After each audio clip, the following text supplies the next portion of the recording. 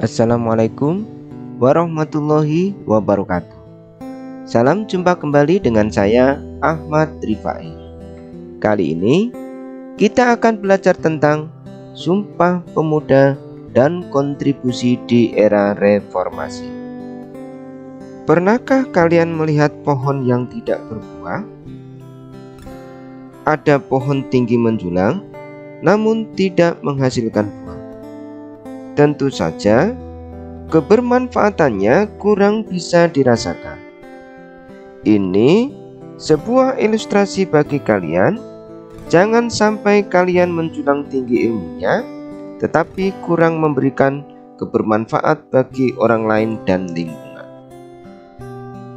Spirit Sumpah Pemuda adalah spirit kontribusi. Sebagai bagian dari generasi muda, pernahkah kalian berpikir tentang kontribusi apa yang bisa dilakukan di era reformasi ini? Sejarah perjalanan bangsa ini selalu lekat dengan peran dan kontribusi pemuda. Pemuda adalah kunci kemajuan sebuah bangsa. Dari sejarah perjalanan bangsa ini, kita bisa belajar bahwa perubahan sosial bahkan negara selalu dipelopori oleh para pemuda. Selain Sumpah Pemuda, kita juga menyaksikan perjuangan dramatis para pemuda dalam mengarsiteki proklamasi kemerdekaan Indonesia. Drama penculikan Bung Karno dan Bung Hatta adalah strategi Soekarni, Khairul Saleh, dan para pemuda lainnya untuk memanfaatkan momentum kekalahan Jepang dari sekutu dalam Perang Dunia Kedua. Para pemuda ketika itu berpikir cepat dan revolusioner. Akhirnya, kita sama-sama menyaksikan peristiwa bersejarah kedua setelah Sumpah Pemuda, yaitu Proklamasi Kemerdekaan Indonesia. Tahun 1966, pada penghujung masa Orde Lama, para pemuda pula yang memelopori perubahan bangsa dan negara dengan unjuk rasa menyuarakan Tritura atau 3 tuntutan rakyat. Tritura yang digerakkan oleh pemuda menjadi langkah awal perubahan bangsa dan negara menuju era Orde Baru. Kemudian, pada Mei 1998,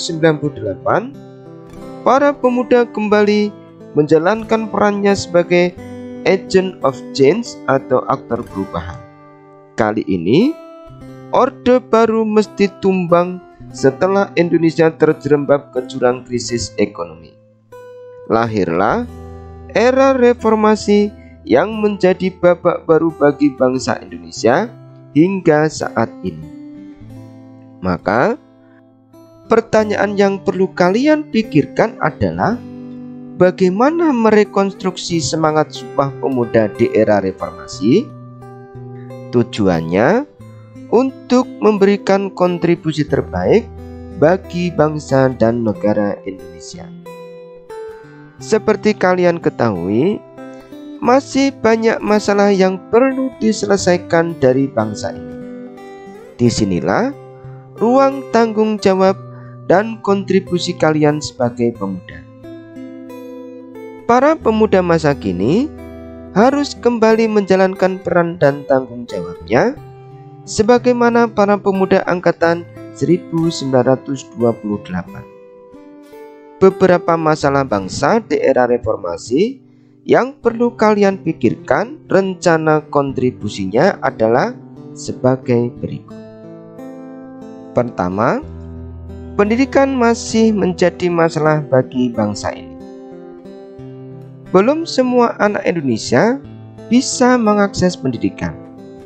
Masih banyak anak Indonesia yang tidak bisa sekolah atau mengenyam pendidikan.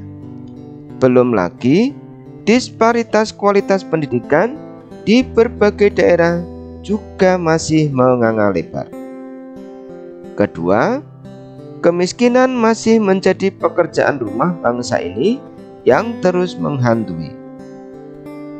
Tingkat kesejahteraan akan berdampak pada tingkat pendidikan dan kesehatan keluarga. Pendidikan yang rendah akan menyebabkan kesulitan memperoleh kesejahteraan dan kesehatan yang layak. Pendidikan dan kesejahteraan ibarat dua keping mata uang yang tidak bisa dipisahkan. Ketiga, kedaulatan pangan belum bisa terwujud, padahal Indonesia adalah negeri agraris dan maritim. Kalian bisa bayangkan, Indonesia adalah negara yang memiliki garis pantai terpanjang kedua di dunia. Harusnya, Indonesia menjadi negara maritim yang kuat. Indonesia juga memiliki jutaan hektar lahan dan hutan. Ini merupakan potensi sangat besar bagi Indonesia untuk mencapai kedaulatan pangan. Lantas, apa yang bisa kalian lakukan? Rancanglah rencana kontribusi unggulan kalian. Saat ini, kalian memang masih berada di kelas 8 sekolah menengah pertama. Tetapi, pemikiran dan imajinasi kalian bisa menembus sekat ruang dan waktu. Kalian bisa melakukan jumping atau lompatan pemikiran sampai 20 tahun yang akan datang. Nah, tetapkanlah target kontribusi kalian 20 tahun yang akan datang bagi bangsa dan negara Indonesia. Lalu, tarik mundur sampai posisi kalian saat ini. Dari situ, rancanglah peta jalannya untuk menuju target kontribusi yang sudah kalian tetapkan. Pasti, kalian akan mendapati hari-hari yang menggairahkan untuk dijalani dan diperjuangkan. Sebagai gambaran kontribusi bagi bangsa, dua pelajar bernama Ahmad Faisal dan Wildani Fadila melakukan penelitian Biodiesel Dye, Biodegradable Plastic Cellulose Diapers, aplikasi limbah popok bayi berbasis selulosa asetat sebagai inovasi plastik biodegradable.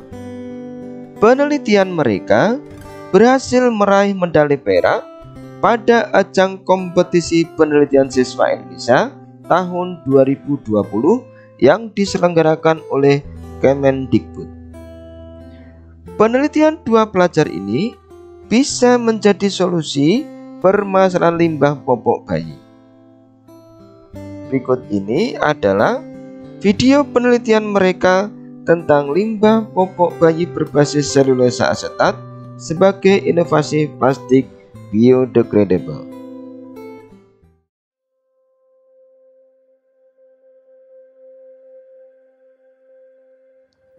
Hampir 77% wilayah Indonesia adalah perairan.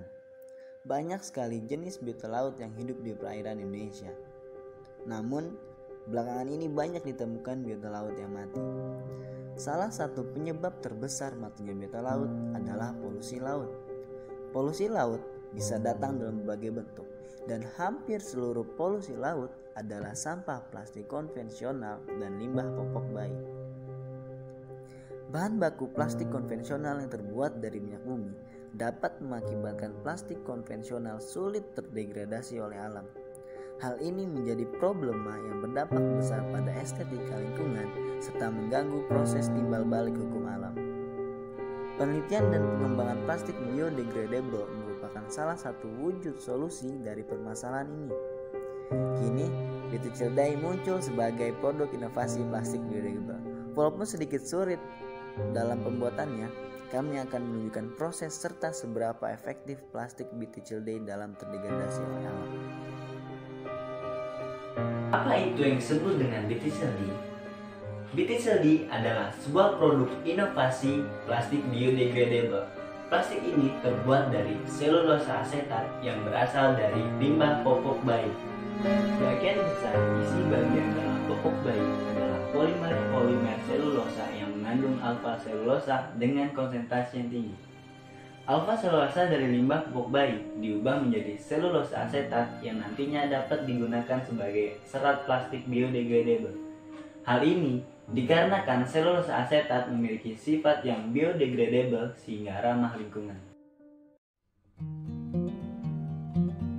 Jika produk ini dipublikasikan, akan banyak muncul stigma negatif terhadap produk ini, terutama terhadap bahan baku dari BTCLD, yakni limbah pupuk bayi.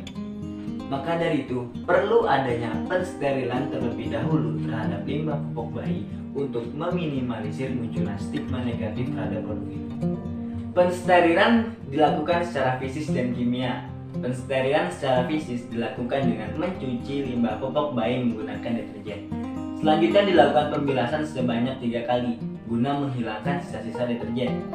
Limbah pupuk bayi yang telah steril diambil bagian hidrogelnya atau selulosanya dan dilakukan penjemuran. Selulosa yang telah kering selanjutnya dilakukan penghalusan. Pensterilan secara kimia dilakukan dengan menentukan kadar alfa selulosa pada selulosa kering yang telah dihaluskan. Pada proses ini, selulosa yang telah halus dipanaskan dengan campuran natrium hidroksida.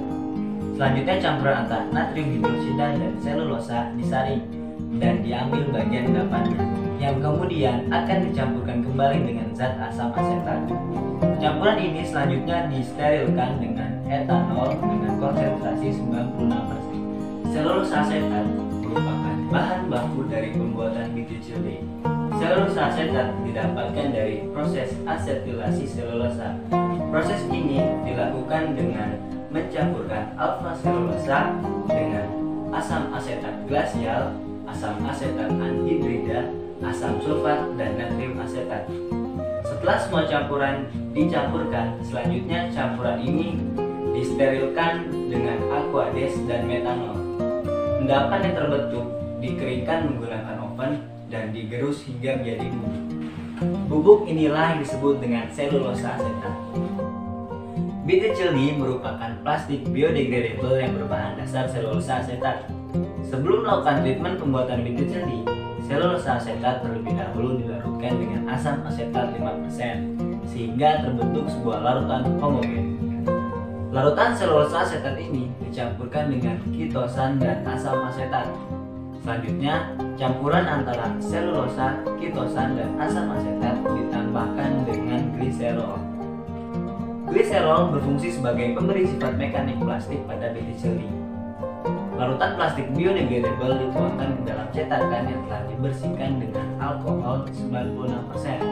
Larutan ini selanjutnya dipanaskan menggunakan oven pada temperatur 105 derajat selama 5 jam. Dengan begini, plastik BTCLD siap dianalisis.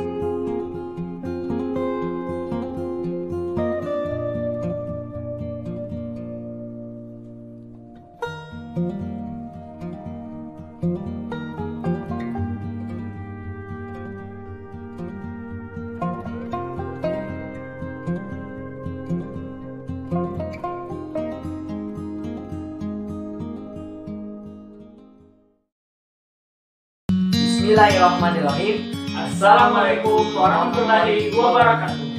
Kami tim dari SMA Smart Excellence Indonesia. Saya Ahmad Rizal Dan saya Wulandari Fadila menegaskan bahwa Indonesia untuk perubahan. bersama kita membawa Indonesia lebih jauh. BTCLD is us.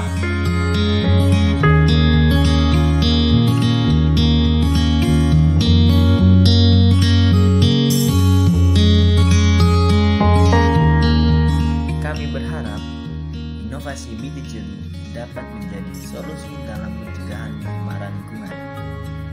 BTCLD menuju Indonesia yang lebih hijau.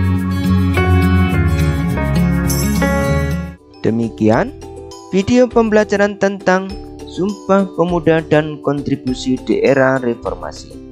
Mudah-mudahan video ini bermanfaat untuk menambah wawasan, pengetahuan, dan memberikan kemudahan dalam kita belajar.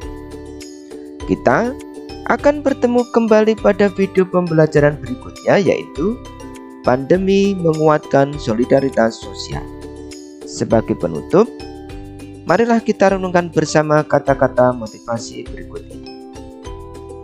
Tuhan hanya akan mengubah nasib sebuah bangsa jika bukan bangsa itu sendiri yang mengubahnya.